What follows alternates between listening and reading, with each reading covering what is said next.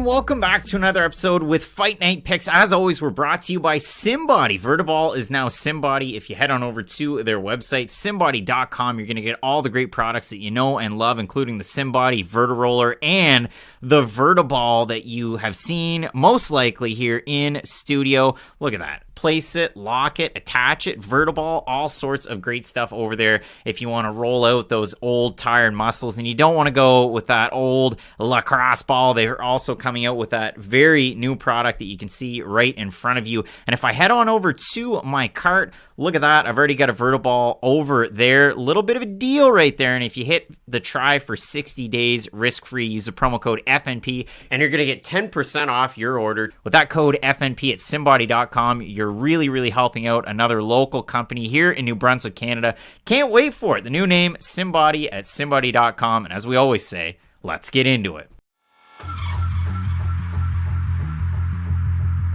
A last look at the big card. Be sure to head into the chat and have your say. Let's get into it and join in Fight Night Picks ? Kicks. Oh boy. Just like that, we are back getting set for UFC Fight Night Aspinall versus Tybura. As always, one half of your host to do it.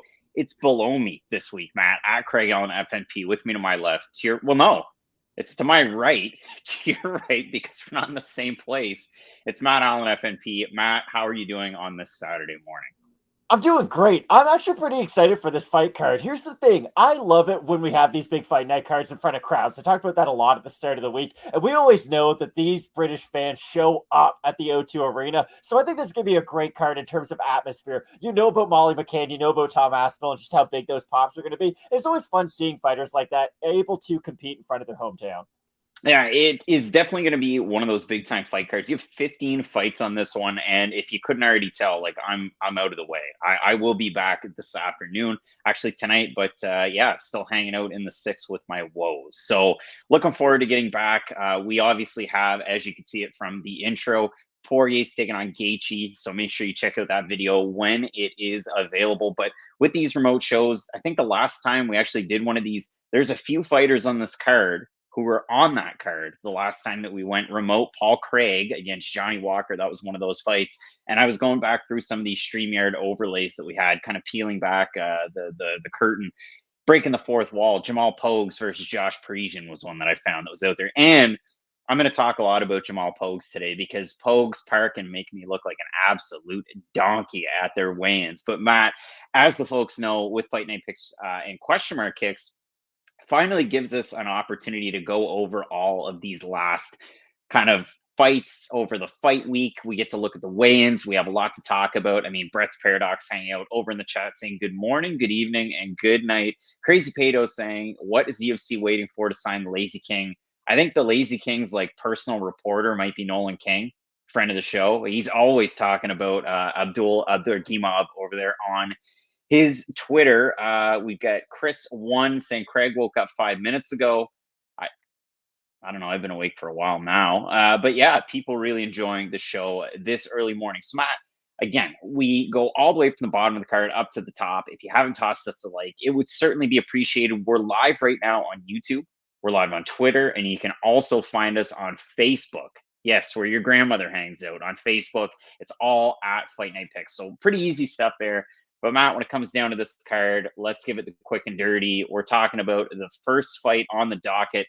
Jafel Filho taking on Daniel Barez. Both these guys making weight successfully. Jafel Filho throwing on the shades for the boys to get ready for this one. So he did make weight successfully. Daniel Barez taking this fight on somewhat of short notice, so an abbreviated camp. There we go.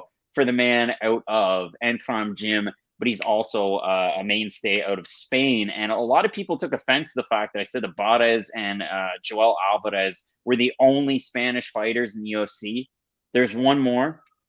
Ilia Topuria, I guess he represents Spain and Georgia. So some people taking offense to my words. But Matt, when it comes down to this fight, we were split on the pick on this one at the start of the week. Some crazy flyweight action. And I didn't mention it, or maybe I did, but flyweight debuts after 33.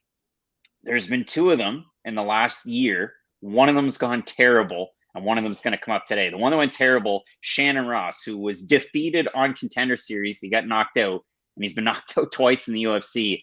Daniel Bada is looking to take that Neil Seery route and make a good debut after 33 at flyweight. Your thoughts on the fight?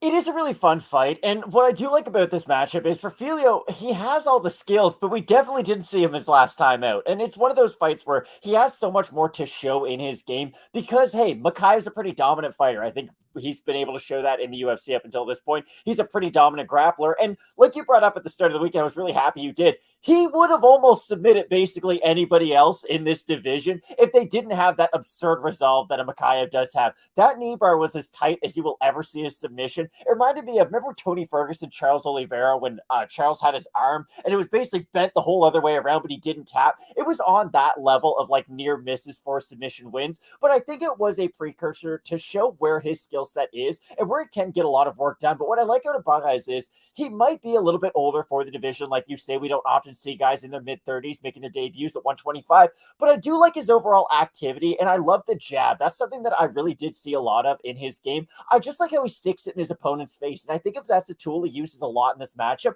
it's just going to make it that much harder for Filho to be able to decipher, okay, how am I going to go at this matchup? Because Jafel's the guy who will strike with Barez, even though I do think Daniel might have the more steady hands. I like the right hand over the top. I like the jab to the head too. He has a good left hook to the body. He just has a good left hand in general, I would say. He keeps it very active out there, but I will be curious to see if he is able to really match Filho with some of those elongated grappling sequences if it does hit the mat for more than just 10-20 seconds. And people, this is the trouble in MMA, especially if a fighter only has one fight in the UFC. What they'll do is they'll just look at that one fight, and that is that fighter. That is every single fight that he's ever had. And if you actually go back and you watch Jafel Filho in some of the longer striking exchanges, he's one of those guys, single shot, reset, and you would assume, and you would think, and you would know that a fighter training at Novo União as a grappler, you get better as a striker. I mean, hell, Leo Santos knocked out Kevin Lee one time. That really actually happened. But Leo was your prototypical grappler at a striker's gym. So for Jafel Filho, he is a really interesting fighter. Branch Above tuning in. Good morning, Craig and Matt. Happy fight day. Let's get into it. Eldar saying that Filho is a little bit better in Orlando. Tuning in with a little bit of coffee. Looking forward to UFC London. At Fight Night Picks for the total votes on this one, 69% going with Jafel Filho in the matchup. And I can see why. Again, when you consider a guy like Jafel Filho, black belt in jiu-jitsu, it really is where his bread gets buttered. Once it does get down to the ground, he does like to counter strike quite a bit on the back foot. And that's why I like Daniel Barez with the activity. But as I said at the start of the weekend, I'm without notes here, so I don't have my notes. But if you do look at the guys Daniel Barez has beaten since he lost to Carlos Hernandez by split decision on Dana White's Contender Series, a fight that I thought that he lost. There were some people that kind of gave him benefit of the doubt. He lost that fight. He won the first round. He lost round 2, round 3. Barez's activity is the reason why I like Filho in terms of what he actually does in the cage. He throws a great left hook to the body. He throws great combinations up top. He's got a snappy little leg kick. So for me, I like Barez in this one, but I know we're splitting the pick.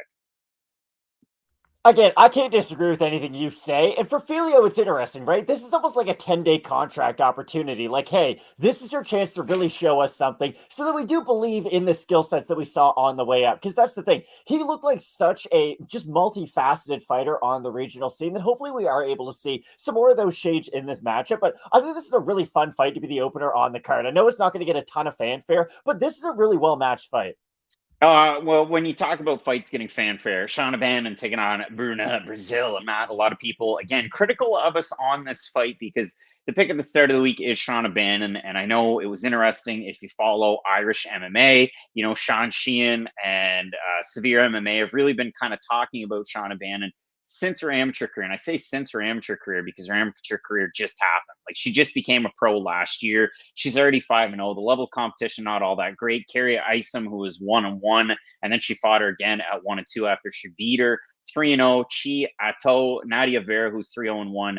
And then, of course, you'll stink blaster, old Mina Grusander. And she got the win over Mina Grusander, former 2-time atomweight title challenger over there with Invicta. Grusander's first fight at strawweight.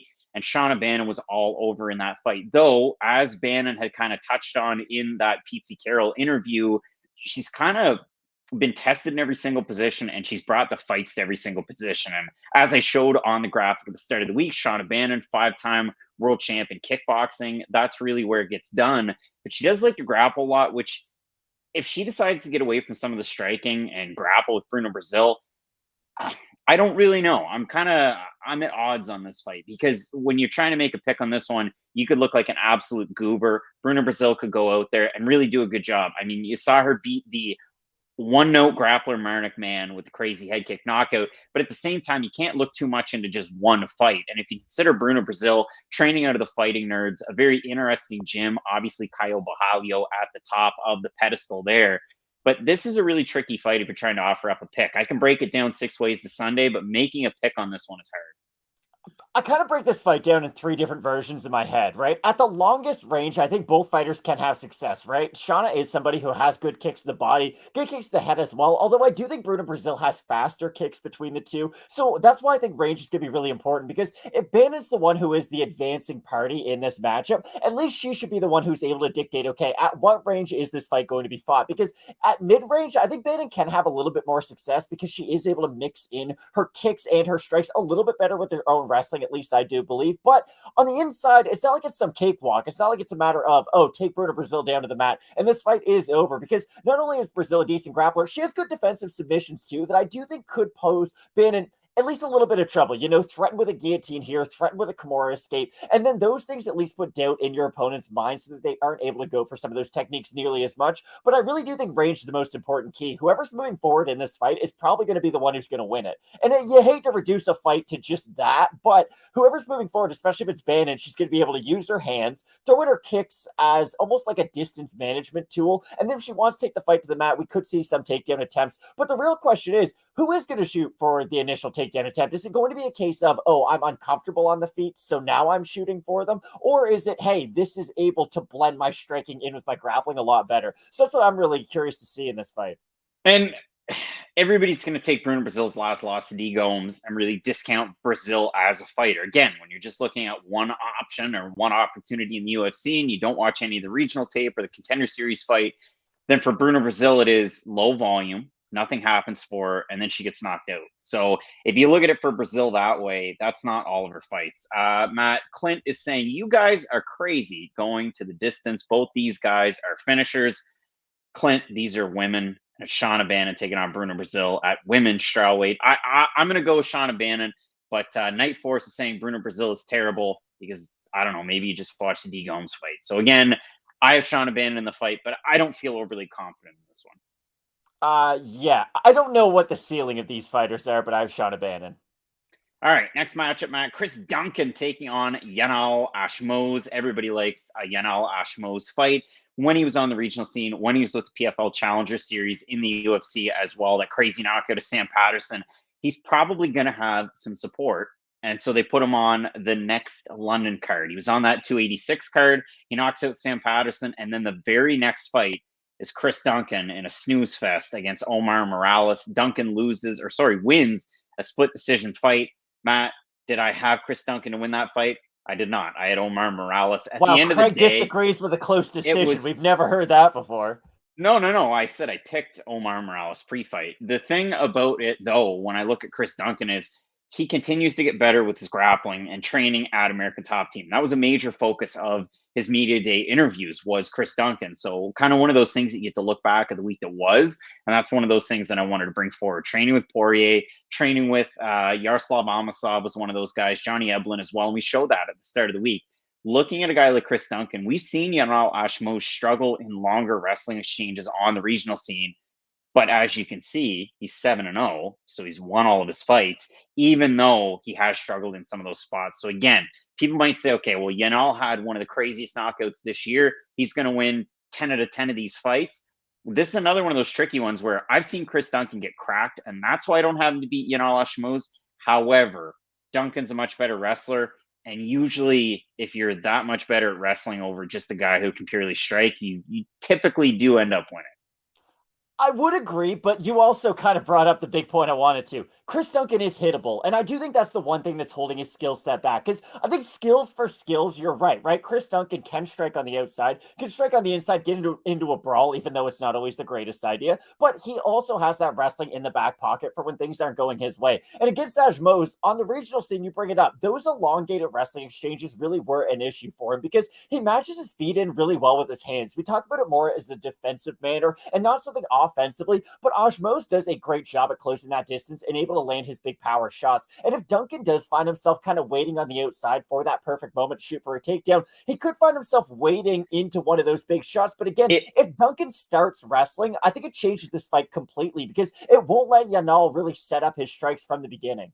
It reminds me a lot. A guy like Yanal Ashmouz, he doesn't necessarily strike like him. He gets it done with his hands, but like Jack Della, you spend all week saying Jack Della, the grappling really caused him issues on the regional scene. And everybody said, no, it didn't happen. And then Basil Hafez, who's a really good fighter, was able to really show out that Jack Della is not a wrestler. He is very much a striker. It's the same thing with Yanal Ashmouz. He's undefeated. He's won all of these fights, but he does really struggle in a lot of these longer wrestling exchanges. When it comes to the votes in the poll at Fight Night Picks over on Instagram, 59% going with Yanal Ashmouz to get the win. I do have him in this one, but yeah, this is a really tricky fight. And I think Chris Duncan kind of getting that, I'm not going to say hometown push, but it is in the UK. He's out of Scotland. Duncan's got a really good shot in this fight. And hopefully he does get a really big pop for the crowd. Again, I bring this up on purpose. Like, the O2 is straight up a hometown advantage. I know MMA doesn't often have it, but I couldn't imagine being the opponent of somebody who is from the UK trying to fight them in that arena, because it really is like that soccer vibe in there, which is a lot of fun. I do have Yanal, though, for those reasons we bring up. I just think he's going to be able to find that target. Now, if he loses a 30-27, I'll be the first one to admit I'm wrong. I just think he's going to be able to make Duncan pay for some of that control time. It's kind of like Max Holloway fighting in Toronto. Exactly. 10th Island, baby. Ketlen Vieira taking on Pennington. The thing that scared me about this fight, when I considered it at the start of the week, like Pennington's overall activity when she is in the cage, I mean, we know the fact that she has a striking background, but she really does throw a lot of volume at her opponents. Now, Ketlen Vieira, more known as a power puncher, as a grappler, and that's where I see her having some success in this fight. But if she gets down on the numbers, Vieira trying to close distance, it's just what's the proper way to say this? It's like going to a Tampa Bay Lightning game before they actually open the doors and they just kind of congregate everybody to one entrance. They start playing Metallica and then they yell at everybody to charge, and then everybody bull rushes to get into the Amalie Arena. And it's kind of wild. That's I didn't know that until right now. That's how we didn't like it. We didn't like it. The person who's off screen.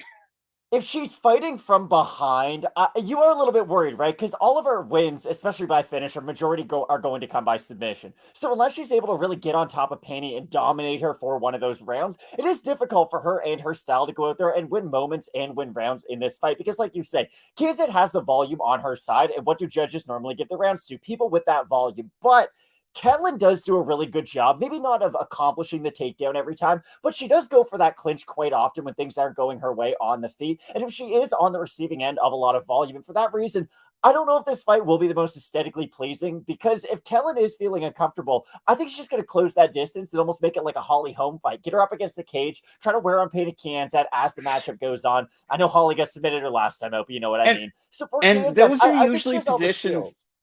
I don't mean to speak over you, and it's tough when we're doing this over the internet, but for Kianzad, like, those are usually positions where she has a lot of success in the clinch. She even saw it against Lena Landsberg, less the elbow from the elbow queen that dropped Kianzad. Lena Landsberg's 45 years old, but I just think for Ketlen Vieira, in those positions, she is a very physically strong fighter. And even against Holly Holm and Raquel Pennington, she was having success in some of those spots. So for Penny, I really do think it's going to have to come down to her footwork in this matchup, because not only is her footwork going to help her get away from some of those clinches, it's also going to let her really kind of express her own striking throughout this matchup. So I think Kianzad has a lot of those skills, but on the flip side, if Ketlen feels uncomfortable for any period of time, I think she can just kind of extinguish that fire and make this sort of a stale fight. And if Ketlen is able to get that top position on the mat, I know her takedown percentage isn't phenomenal. She's not like a Khabib Nurmagomedov to where, okay, I take you down and it's over. But if she gets on top of Penny Kianzad for a minute or two in this matchup, that's a real threat to end the fight at any moment.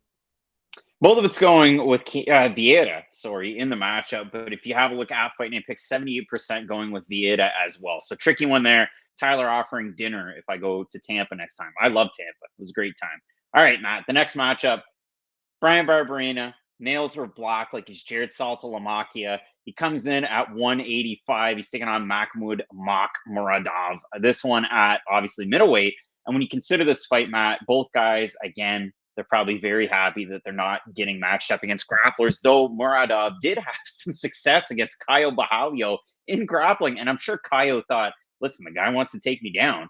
I'm going to submit him. And it didn't happen. So good submission defense out of Muradov his last time out, though he did lose a decision in that one. The time before that, taking on Gerald Meerschaert as a giant favorite, and he loses that matchup. If you look at it for Barberena, RDA, former lightweight champ, future Hall of Famer, and then the next loss to Gunnar Nelson, probably not a future Hall of Famer, probably missed out on his prime due to injury and layoffs. But if you look at it for both these guys, really, really exciting guys to watch. Both guys strike in completely different ways. Both guys have different stances. There's a lot to really like about this fight, and I'm probably going to miss it, and that sucks. I'm going to have to watch it after the fact. So is Gunnar Nelson kind of like Brandon Roy, is what you're saying? You know, we had a good run. We missed out on a lot of the prime years, though.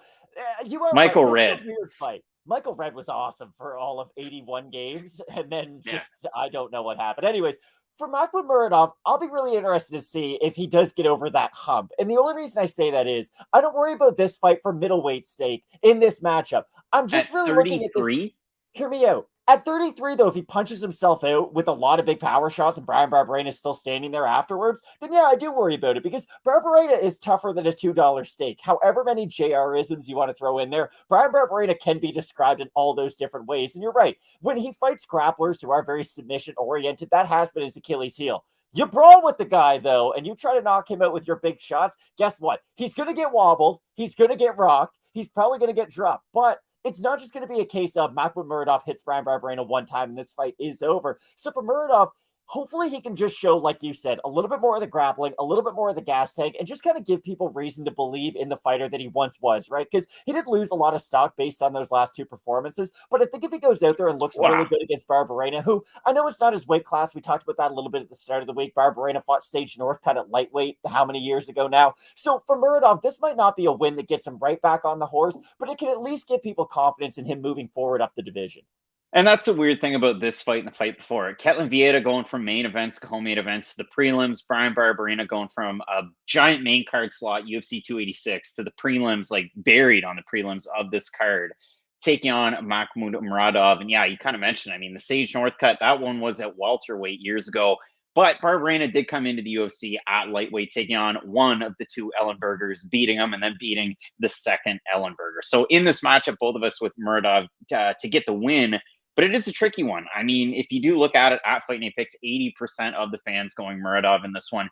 He had a big push coming into the UFC. He had performance bonuses. He just kept winning. He beat an Ultimate Fighter winner. And then he's kind of stalled out in his last couple of fights. So it should be a good one, but a tricky one nonetheless. Mick Parkin taking on Jamal Pogues. We're going to rip through these. Jamal Pogues, this is what I wanted to talk about. At the start of the week, I said, I think both these guys could have that early career light heavyweight move. They're both 27. Look at it now. Matt, I'm the dumbest MFer that's ever lived because Mick Parkin showed up at 264. Jamal Pogues shows up at 266. And for Pogues, if you go back down through it, takes on Josh Parisian in his last fight, 249.5. He's on Contender Series against Paulo Renato Jr., 248.5. Before that, Tim Hilly, 205.6. He was on Contender Series 2019, 206. Jamal Pogues is now the heaviest a heavyweight can weigh. And Mick Parkin shows up at 264. So I don't know what I'm talking about. I figured these guys were going to slim down. Aaron Welch, you are very nice. And if I pop that comment up there, look at that. It pops up. Thank you, Aaron. Thank you, Aaron. That's very nice. Appreciated. Thank you. But when you're making a pick on this one, both these guys like to grapple as young heavyweights, and both tend to throw big shots. And I think a lot of people like Mick Parkin in this spot. Again, at Fight Night Picks, you look at this one, 54% going with Parkin to get the win because he trains with Tom Aspinall and Phil DeFries. And that is a giant asset. Like, you have two big time, well, one champ and one top 15, top 10, top 5 UFC heavyweight to train with, that's awesome for Mick Parkin. So a great opportunity for two young guys to show up, to show out. I do have Pogues in the matchup, but again, Patrick Lancaster saying Parkin wins by KO in the hometown fight. That could certainly happen. If he wins by KO, I think it's going to come from ground and pound, and this is why. I think if he is going to win this fight by TKO, it's going to be okay. Jamal tires himself out going for just a crazy volume amount of takedowns. Isn't really the same version of himself down the stretch of this fight, and maybe Mick Parkin can just end up in that top position and rain good ground and pound down on him. The thing that I have a really difficult time with in this fight is Mick Parkin's speed. You bring up the size of him. He's not a fast heavyweight, I wouldn't say. His hand speed's not phenomenal, but if he is able to get into a rhythm, I could see that being a problem for his opponents if they are kind of on the other side of that hump, right? If they have expended themselves and they're not really able to still get that same explosiveness on their takedowns, especially with a guy like Pogues. But I just think for Jamal, his speed going for his takedowns is going to allow him at least the entry. Now, if he completes those takedowns, that's really up to him and Mick Parkin and how much Mick Parkin wants to cooperate. But I at least think Jamal is going to be the one who can dictate, okay, I'm at least going for the takedown attempt now, or hey, we're on the feet right now. Not the best way of breaking down a fight, but I do think Jamal is the more likely to accomplish those takedowns. And for that reason, I do like him in the matchup. Yeah, it's going to be a really interesting fight. Again, I don't mean this to be negative or to be rude. They're lower level UFC heavyweights, and they've got a long ways to go until they get even close to the top 15. And this division's added a lot of new blood. There are a lot of newer fighters in the heavyweight division. It's just like flyweight. They just continue to sign people. So a great opportunity for both of them. Pogues getting the win over then 2-2. UFC heavyweight Josh Parisian. Both of us in the matchup going with Pogues to get the win. Matt, the next matchup, this one at 155. Both these guys coming in at 156. So awesome. Look at that. Joel Alvarez makes weight again. Now, when he wasn't making weight, he was looking amazing and just missing out on bonuses because he didn't make the weight. His last time out, he made weight, and he got absolutely destroyed by Arman Tsarukyan. For Marc Diakiese, much publicized. Everybody knows about it. The litany, 19 takedowns in 2 fights against a couple of guys that do not wrestle, that do not grapple. Damir Hadzovic being the last of the 2. The other one was, of course, Slava Borshev. His fight against Michael Johnson, though, this is what a lot of people just want to forget about. Marc Diakiese had all those takedowns against those 2 guys. That's amazing. He was 0-6 against Michael Johnson, who's a great defensive wrestler. I know he had that moment of a lapse against Thiago Moises, and that's what cost him. Great, I think. Darren Elkins took him down and choked him out. But when you look at Michael Johnson, he's really speedy, and his takedown defense is very good by and large. But when you look at a guy like Diakiese, he hasn't struck like he used to when he came into the UFC. And for Joel Alvarez, terrible takedown defense. Terrible. But it sets up his grappling game. And we'll see if he's able to get some of it going against Marc Diakiese. I've seen too many people bring up the takedown defense thing like it's supposed to matter that much. Like, I think we both are on the same page. Joel Alvarez wants you to take him down. Like, that's why he's not putting up a lot of effort. Now, this is the question that I've been thinking about. Do you think his last matchup is going to make him fight a little bit differently? Because his last fight was the first one where he has, hey, I'm going to get taken down. I'm going to play my game.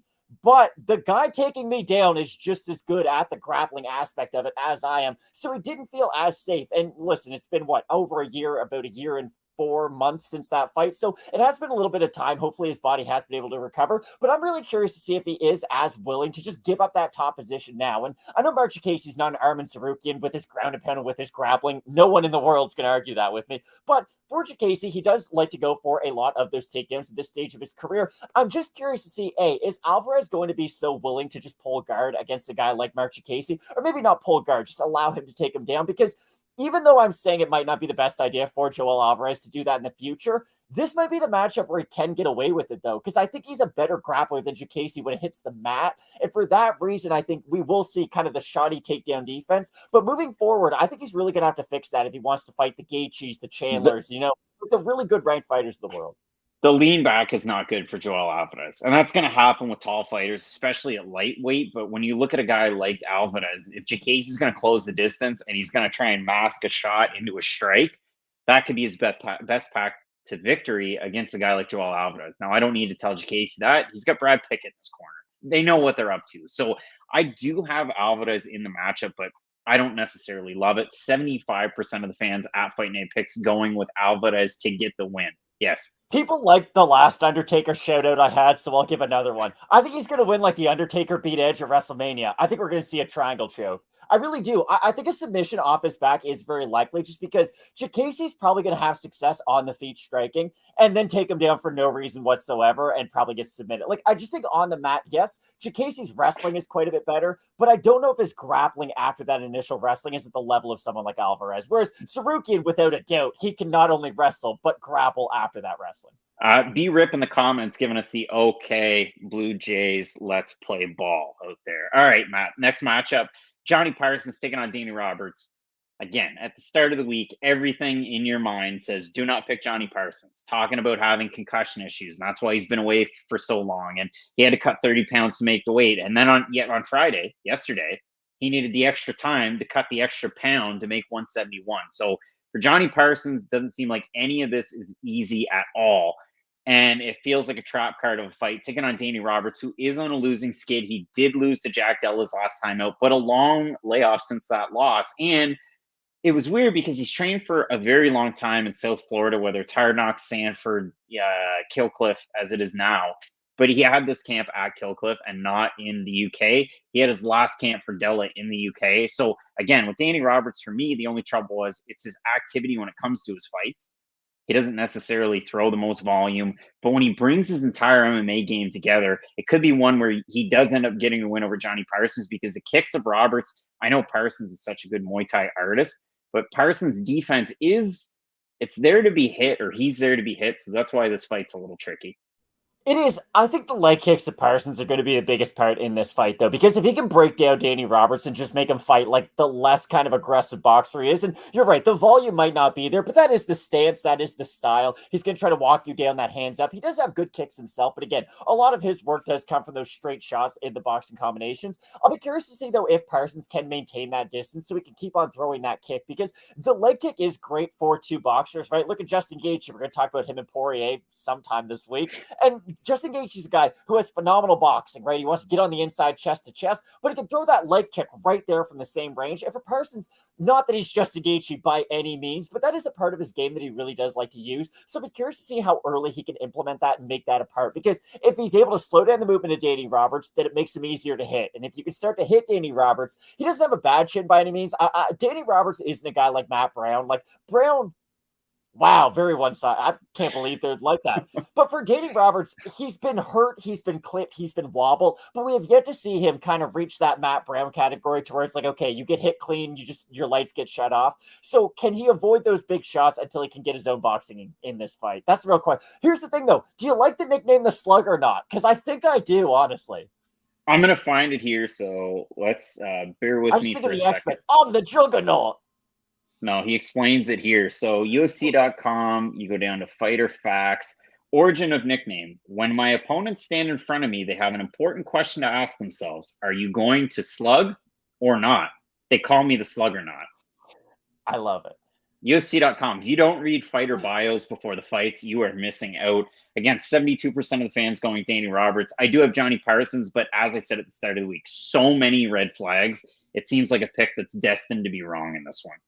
Give me hot chocolate. Don't feel good about it. But Switching the pick. I just think the steadiness. Again, the weight cut does concern me a little bit. And the thing about Parsons is he's one of those like min-max players kind of, right? Like, yes, his striking is really good, but you kind of worry about where the rest of his game is, especially if it is. Do you mean that he's going to sign with AS Monaco? Is that what you mean?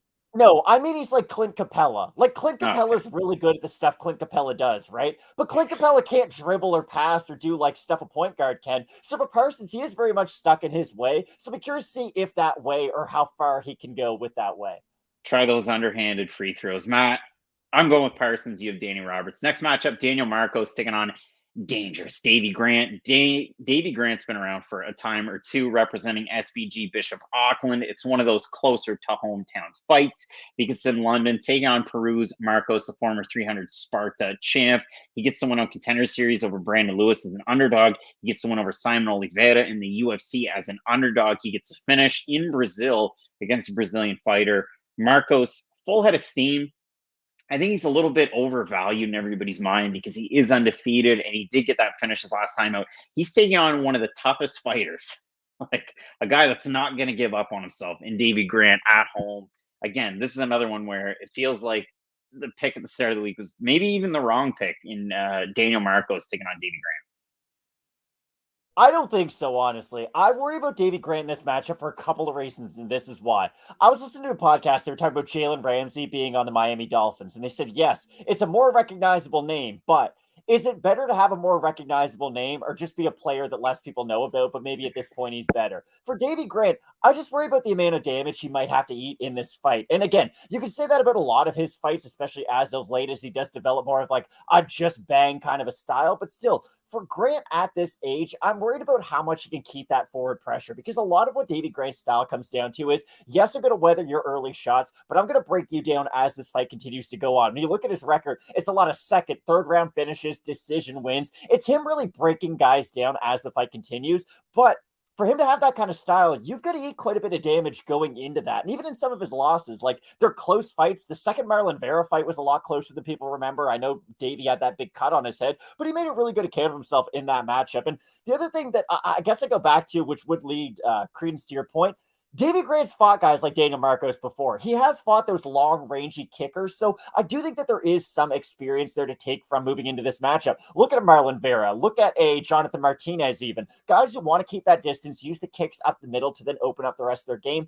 I just don't know if Davy Grant can keep on doing this game in, game out, fight in, fight out. Well, that's it. I mean, Davy Grant has all those late finishes. Clint over in the chat saying Grant only has one round, though. He doesn't have a first round finish since 2012. So it's been a little bit of a while. But if you do consider it at Fight Night Picks, I think it's 54% going with Marcos to get the win.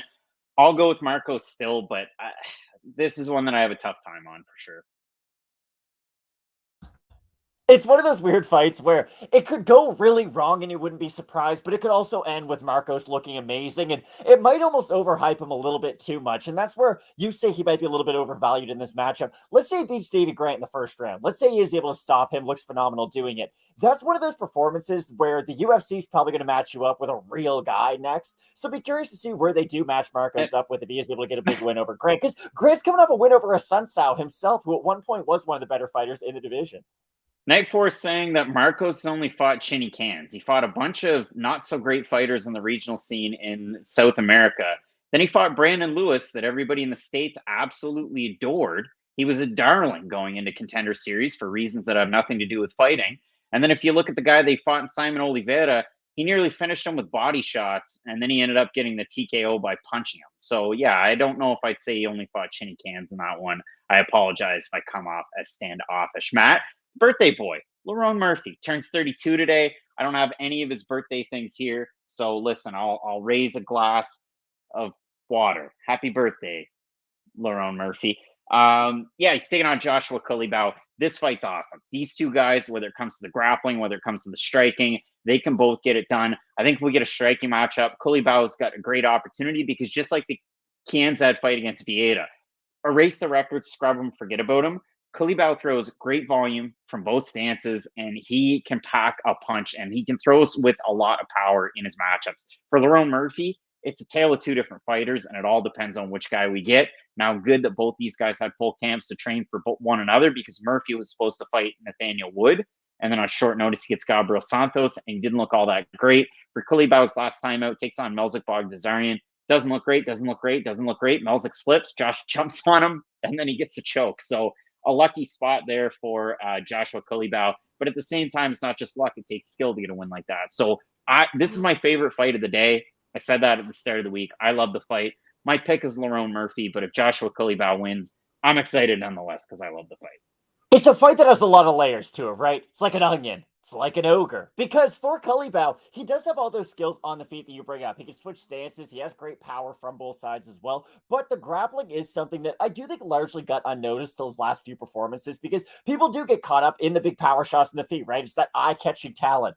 Chicks dig the long ball, right? But Ichiro Suzuki had a better OPS than a lot of guys who hit home runs. So for Culibao, the well-roundedness of both of their games is really fun, but I agree with you in the Murphy pick for this reason. The jab of Lerone Murphy, at least I believe, if he's able to stick with it, can neutralize some of what Kalibao does on the feet. Now, you still have to avoid all those power shots from both stances and the crazy volume that comes with it, but I do think the jab is one of the best weapons to do to be able to neutralize a game like that. And on the mat, this fight's going to be just as interesting as it is on the feet, because both guys not only can wrestle, both guys are legitimate submission threats as well, with multiple different submissions they can go for. So this fight's going to be awesome no matter where it gets contested, and that's why it should be such a phenomenal fight. But I agree with you. I've also got Lerone Murphy, but this is a weird matchup. To me, this is a fight where the winner gets 15 to 20 guy. You know, like I don't think the winner is going to get a ranked opponent next, but I think they'll get a big name opponent that could get them ranked if they win the next fight. And again, Murphy was supposed to have Nathaniel Wood, and as I said in that Nathaniel Wood Andre Feely fight, that's like the 16th and 17th ranked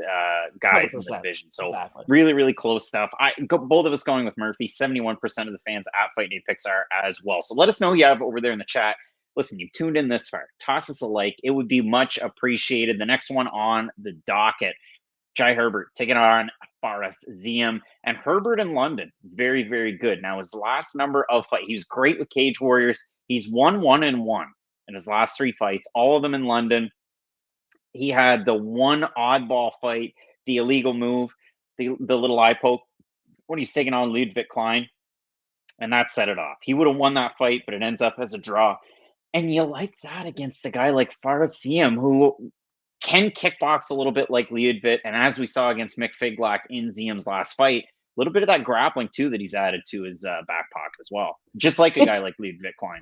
100%. It is a weird matchup, though, because, again, normally when we talk about Jai Herbert, it's, hey, the offense coming your way is quite extreme, right? Like, if he hits you with anything, hands, feet, knees, whatever, you're probably going down. But on the flip side, the window is quite open after he throws whatever he's going to throw, and it does allow for the counter shot to come back his way. And that's why I brought up a lot at the start of the week, that it would just be nice to see Fares Ziam sit down on a shot every now and then. I know he's got great volume. He has great technique, too. But power is something that Jai Herbert himself struggles with accepting. So if Fares Ziam hit just a little bit harder, if he had a little bit more pop on his shots, I would have a much easier time picking him in this matchup, because he's got great variety. He has different combinations. I just don't know if he's going to be able to go out there and really sit down on enough punches to make a difference for Herbert, who probably is going to be the advancing party in this matchup.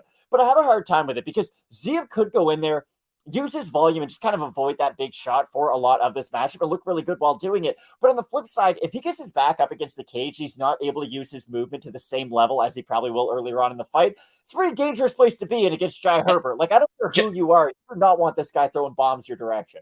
And the nice thing about both these guys, like you look at it for Fares Ziam, you know the K1 lineage, you know the strike, and the fact that he will throw a lot more kicks than a guy like Herbert. But the good thing for Herbert is think of the guys that he's fought in the past. And King Carrizosa, Kama Worthy, Kyle Nelson, like Hanato Moicano, all of these guys are 5'11" and taller. And Herbert isn't one of those fighters, as I mentioned earlier, that has a tendency to just do a lean back. He really likes to stand forward on that front foot and really have a boxing heavy approach with his defenses. So that's a great thing in a matchup like this against Ziam. I do like Ziam in the matchup, but this is a really, really a tricky one between a couple of really good fighters. Give me another underdog. I like Jai Herbert in this one. I just switching the pick. I thought I had him. I'm pretty sure I had him at the start of the week. Jai Herbert's going to be the one who dictates whether or not he wins or loses, though. And I would rather pick him in that side, because if he walks into a big shot, it's his own fault. But if he's the one moving forward, trying to get the win that way, then it's his best path to victory. So for that reason, I like Jai Herbert. All right, then we'll move into the next match. Matt, Paul Craig showed up on weight, and I thought he looked pretty darn good to take on Andre Muniz. He didn't have the sunglasses. He did look skinnier, obviously, but if you look at it in a fight like this, Matt, both guys premier grapplers in their respective weight classes. Now they meet up at 185. Craig was one submission away from tying the light heavyweight record. He has 6. Glover Teixeira at 7. So I know we both really like this matchup. Quick on this one, who have you got? It's a weird fight just because whoever gets the first takedown could win. Like, Paul Craig and Andre Muniz do have that one-hit, one-kill jiu-jitsu. I know Brendan Allen was able to grapple with Muniz in his last matchup, but again, Allen's a really heavy top wrestler, so he can really use his pressure quite effectively. The thing that I do like about...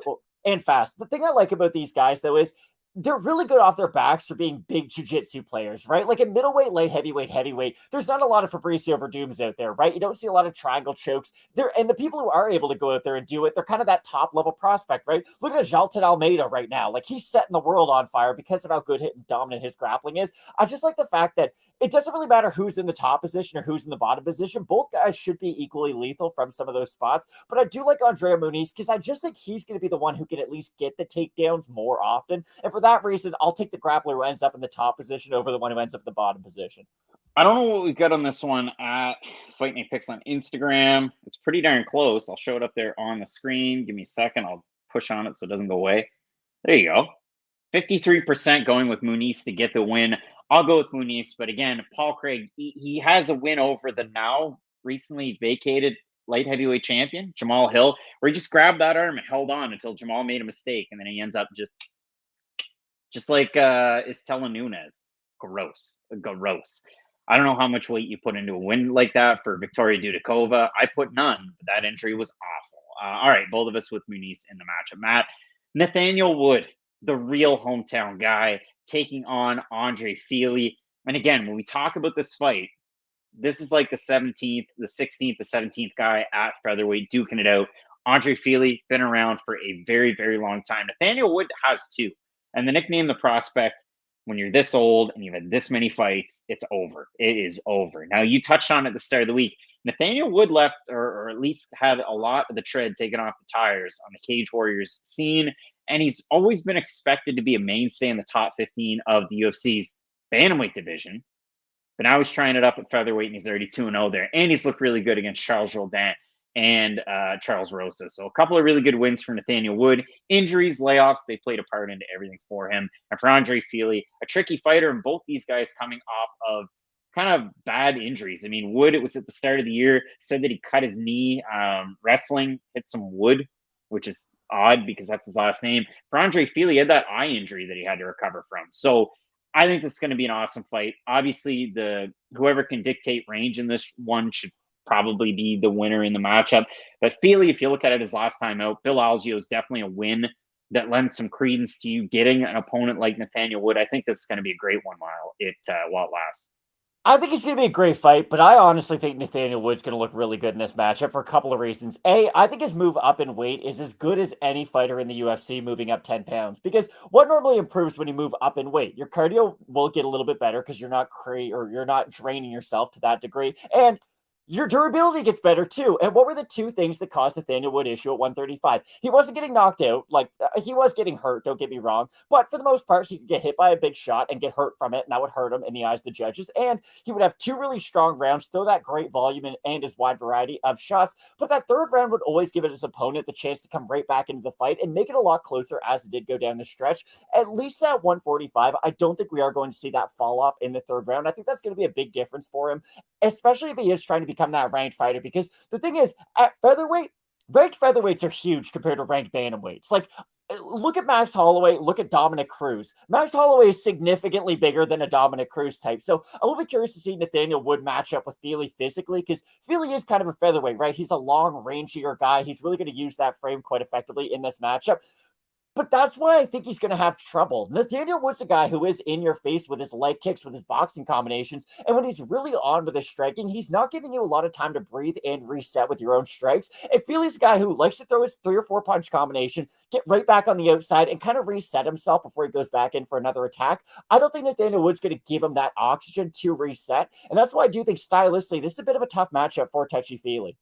And I do have Nathaniel Wood in the matchup. Like, I really do like the activity on the feet, and that was one of the drivers. 75% at Fight Night Picks going with Wood to get the win in the fight. If you look over in the chat, though, again, MPTV tuning in right now, and Eldar saying Wood all day. Patrick Lancaster, though, the comment that I threw up there on the screen, jabs and kicks at distance, and Andre Fili can do that really well. You know, the defensive wrestling out of a guy like Fili. I know you can nitpick some of his losses and say, okay, well, that was a trouble or this was a trouble. Nathaniel Wood, we do know that knockout loss in the UFC to John Dodson, who rocked him earlier, and then he ended up getting the finish in the third round. But listen, that kid had magic.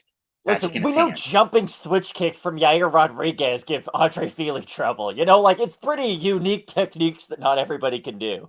So both of us with Nathaniel Wood in the matchup. Co-main event, Stoliarenko coming in featherweight, leaving flyweight, and she's 1-5. And I'm not saying she's leaving after this fight, but you did see her at 125 making the weight successfully for this matchup. So credit to her and her team. She was really vocal about that at the media day there on Wednesday, saying that 125 should have been the move a long time ago. Again, she is 1-5 in the UFC, but we broke down all the fights at the start of the week, saying, look at Stoliarenko's fight against Yana Santos, trying to get the jiu-jitsu going. It didn't work. Look at the fight against Alexis Davis. Anybody else would have tapped. But Alexis Davis, the Gumby ligaments. If you look at the fight that she had against Jessica Rose Clark, she gets it done. And then you look at the fight against Chelsea Chandler, and she's having success getting it down to the mat. If Stoliarenko has the same success getting it to the mat like she did against Chelsea Chandler, she beats Molly McCann. Molly McCann's not the same on the ground as Chelsea Chandler, not as physically strong like Chandler was at 145. I think McCann can get it done with some of her boxing in this fight, but my goodness, like the margins are very tight on this fight. Other than getting submitted, I think Molly McCann can win this fight. Like, if it's just on the feet for 15 minutes, Molly McCann's probably going to be able to win this by decision and just landing her own power shots. Like, people are going to forget the Verzosa fight over with Invicta, though, for Stoliarenko, where there was a lot of striking, but there was a lot of strike, reset, wait, strike, wait, and then on the back foot for Stoliarenko in that one. Just, other than the BJJ, I just don't know if Stoliarenko has enough in her game to go out there and win 15 minutes for a decision. That's all. Like, her striking is okay, but it's not at a Molly McCann level. And like, Molly McCann's not even the striker that they make her out to be in the UFC, but she has fundamental boxing. She does keep her hands up. She has good elbows. She's been able to show that more as of late. The wrestling is always one of those weird things of her game, and we've been talking about this for a long time. They always want to bring up the boxing, but she will go for quite a few double leg takedowns as well. And if she is going for those types of techniques in this matchup, it's just like jumping into I don't know, the ocean full of sharks. What do you expect is going to happen? Shark's going to shark. But for Stoliarenko, other than that one position, I do think Molly McCann's got this one. Doesn't that start tomorrow? Doesn't Shark Week start tomorrow? I have no idea. I think it does. Terrified. Nothing on earth scares me more than the ocean, though, so I'm good. We watched the Mark Rober thing on Discovery the other night because it was on, and why not? Cider Dixon. Listen, I appreciate having you over there in the chat, but I just can't say that name. The integrity of the show. That's a tough one. 80% of the fans at Fight Night Picks going with Meatball Molly to get the win in the matchup. I do have McCann, but again, when it comes to confidence, trying to make a pick on this one, with Stoliarenko, I've seen striking in the past. I've seen it in the left way. I've also seen the fact that her submission game is way more advanced than Molly McCann. Headbutts though, and there's no like grappling and stuff. Like Lethway's not a great precursor for I've MMA. Seen it. I didn't say it. Yeah, I didn't say it but translates. It's just like, how many of those skills are applicable to this fight? That's all. Tyreek Hill's really fast, but I don't want him playing for the Toronto Raptors. Like, it's different. Yeah, you got Malachi Flynn. Matt, I saw a guy yesterday, no joke, at the knife store with a Grady Dick jersey. That's pretty cool. Early on, number 12. Tom Aspinall taking on Marcin Tybura. Matt, the main event at Fight Night Picks on this one. So I'm going to go with the two polls. We have one on YouTube. You guys can vote for it here. And if you toss a like, much appreciated. 93% at Fight Night Picks going with Tom Aspinall on our Instagram. 84% here in the poll in the chat going with Aspinall to get the win. So a large percentage. Obviously, if Tybura is going to win, he can outlast most heavyweights. His grappling can really get a lot of things done against most fighters. He can slow down the pace of a fight. Like I said at the start of the week, just turning those hands on a clock and making it Marcin's fight. It's Marcin's time. He should take no time, make it his own. It's his time. But if you look at Tybura, his durability was questioned, 4 years ago, when he went on that really bad spell where he's losing to top competition. But just like an Andrei Arlovsky, finds his way back into the mix and starts winning a lot of fights. His last time out, though, I don't know if it was spinning the time against recently released Blagoy, even though that hurts my feelings. But in that fight against Blagoy, it was terrible. It was terrible. And Tom Aspinall, if his hand speed's still there, and if he can still move in and out, he knows that Marcin's going to be targeting the knee with the kicks. And he said fair play to him at the media day. But I would think that Aspinall can get it done with the jiu-jitsu and with the striking as well. Not to do MMA math, it just so happens Alexander Volkov is a name that comes up on both guys' resume. But when Marcin Tybura fights like the top 8, top 7 heavyweights, he normally just doesn't win. Like, it's nothing against him. He's a really good 15-8 heavyweight that you can throw in a main event. But when you look at his record, Blagoy Ivanov is a good win. Romanov's a good win. Loses to Volkov, though. And then the other wins are over the likes of like Walt Harris, Greg Hardy, Ben Rothwell. Guys who aren't necessarily in the primes of their career. And in Greg Hardy's case, Whoa. might be a prime to begin with. Top PFL competitor Anche Delia, where he broke his leg. How many years ago was that? That was a while ago. Remember the time Anche Delia had a north-south like 7 choke years at ago? I'm heavyweight? sorry. My point is, for Marcin Tybura, he is a very well-rounded heavyweight, and that's something we don't see all that often, right? Like, we normally see heavyweights that are either all power or all wrestling, and they just kind of are that one specialist. Before Tybura, he can go out there, strike from range. He used to be a lot better at it than I'd say he is now, because he has developed more of the grappling side of his game. But I think speed's the biggest problem for him in this matchup by far. Tom Aspinall, especially with his hand speed, I would say is one of, if not the fastest heavyweight out there. It's like Stipe, it's him, and that's pretty much the list. Now, for Marcin Tybura, he can have those strikes on the outside, but it looks like he's moving through water as he's throwing a lot of those strikes, and I think those counter windows are going to be there for Aspinall. Cider Dixon making fun of Greg Hardy for working at Walmart. Listen, the guy's got an honest job. I'm never going to make fun of somebody making a living, even though he probably should have saved up some money from the NFL. But if he wants to stay busy and work a real job, power to him, man. What does that have to do with Marcin Tybura versus Tom Aspinall? You could hold road signs, and I'd have respect for you. Matt, Tybura and Aspinall, I mean, both of us with Aspinall in this matchup, but a big-time main event, and obviously that Aspinall injury in his last fight gives you a little bit of pause, makes you worry a little bit as the fight career goes on. He's had a long layoff since that fight against Curtis Blades last summer. Matt, again, likes, they're appreciated. As you know, with question mark kicks, the remote show today, we will, of course, have the UFC 291 videos coming out very soon. So look forward to those ones. We'll be back in the same room filming those, so that'll be good. But when we look at this card, Matt, starting it off, Filho taking on Barez. I've got Barez in the matchup. I've got Filho. Then we have Bannon taking on Brazil. Don't like it, but I've got Bannon. I've also got Bannon. Interesting fight. Chris Duncan, Ashmouz again. Chris Duncan has all the skills. He gets hit sometimes. I have Ashmouz, but if Chris Duncan completely out-wrestles Ashmouz, it wouldn't surprise either of us. No, not at all. I just think Ashmouz is going to land that one big shot at some point. Ketlen Vieira taking on Kianzad. Vieira. Not even Vieira. I think Ketlen wins this matchup. Like, I really do. Again, Pennington is not some one-hitter quitter like striker on the outside, and that's normally what gives Ketlen a lot of trouble. Is you hit her with the big shots, you get her discouraged on her own game plan, and then it makes her attack a lot harder. I think Ketlen's just going to close that distance anytime she gets uncomfortable on the feed. There's just some fights where Ketlen, she gets in the corner, Dede Pederneiras is trying to here's the thing, and I'm going to call you out on this. You've always had a thing for fighters when it goes really bad. Like Paul Craig, the worst version of Paul Craig is probably the worst fighter in the UFC, right? I like it's up there. But the best version of Paul Craig, not the best fighter in the UFC by any means, but could give anybody a really difficult fight. I think Ketlen's a bit of that too, and that might be giving you hesitations. The thing that gives me hesitation is we and everybody else talk about her as this great finisher, all these A-plus skills. We haven't seen A+ since the Sarah McMahon fight, and even then she was caught in a tough submission. When have you or I ever said Ketlen Vieira has A+ skills? We say she's a good grappler for the division. Now you're just making us... No, that's not true at all. Both of us going with Vieira. I've got Muradov in the next matchup. I also have Muradov, but I think Bryan Barberena can actually make this more competitive than a lot of people think just by his durability. I'll be curious to see him at 185, but I just think Muradov physically is going to be too much for him. Parkin taking on Pogues, going with Pogues. I've also got Pogues. Diakiese taking on Alvarez, going with Alvarez. I've also got Alvarez in this matchup, but it's a really weird fight if he's not able to get it down to the mat. Moy's audio doesn't want the folks to see our videos. That's what it means when you click the thumb down. Don't do that. That hurts. Come on.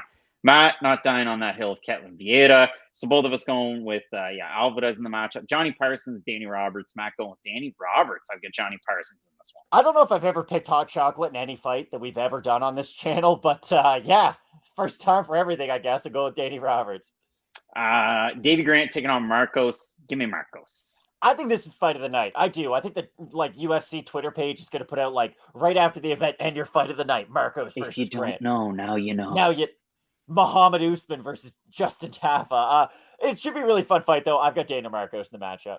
Do you think he's going to be eating some version of like a deep fried macaroni salad taco? F it, Dana Friday. White. I just love how there's these like people who work for Dana White who like dedicate their whole life to being amazing chefs and cooks, and then Dana White runs into the kitchen and goes, "Give me mac and cheese and waffles right now," and then just says it's terrible on live camera while they're all right behind him. Come on, Dana.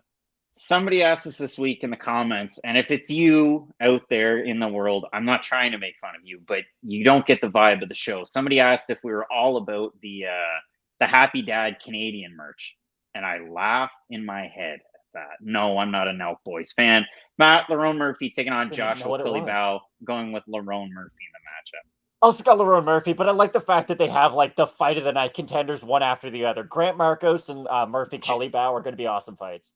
Jack Attack MMA wants an Aspinall impression from me and a Tybura impression from Matt. It's not going to happen just because we're not the MMA guru. I was telling Craig before we started filming, and I'll say it again. Tybura is one of those heavyweights that nobody has a problem with. Like everybody on stage seems to have like nothing but nice things. They're always hugging, being real buddy. So Marcin Tybura seems like a great dude in the heavyweight division. I think he has an awful matchup though this afternoon. I'm not going to lie. Joe hits up the super chat. Joe, thank you very much. Yeah, both of us with Murphy. ZM taking on Jai Herbert feels like a trap card. Going with Fight ICM. I'll take the Black Country banger. I like Jai Herbert in this one. Andre Muniz, Paul Craig, going with Muniz. Also got Muniz, but a really interesting fight. Because what if Paul Craig looks amazing at 185, right? Like the weight cut between 135 and 145 is 10 pounds. Paul Craig cut 20 pounds for a new division. So hopefully he does look like a more reinvigorated version of himself. Wood taking on Feely, going with the Prospect. I like Nathaniel Wood in this matchup. I just think he has the counter for a lot of what Feely does well. Whoop.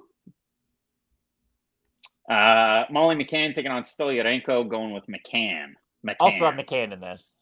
And then we have Tom Aspinall taking on Marcin Tybura, going with Tom Aspinall. Also got Aspinall in this matchup. But again, you got to bring up the knee. Hopefully it is all good and we don't see any. If we see a V2 of this, I swear, that'd be disgusting. But I think Tom Aspinall stylistically is a really good fighter. So it should be a great matchup. All right, folks, make sure you toss a like out there. You can follow us Twitter and Instagram at Craig Allen FNP, at Matt Allen FNP as well. The next video out there, UFC 291, Poirier Gaethje #2, the co-main event, Blachowicz taking on Pereira. Is it for the title? I don't know, but it seems like it might be. So look out for that one coming very soon. Make sure you keep it locked in with Fight Night Picks. And as we always say, let's get into it.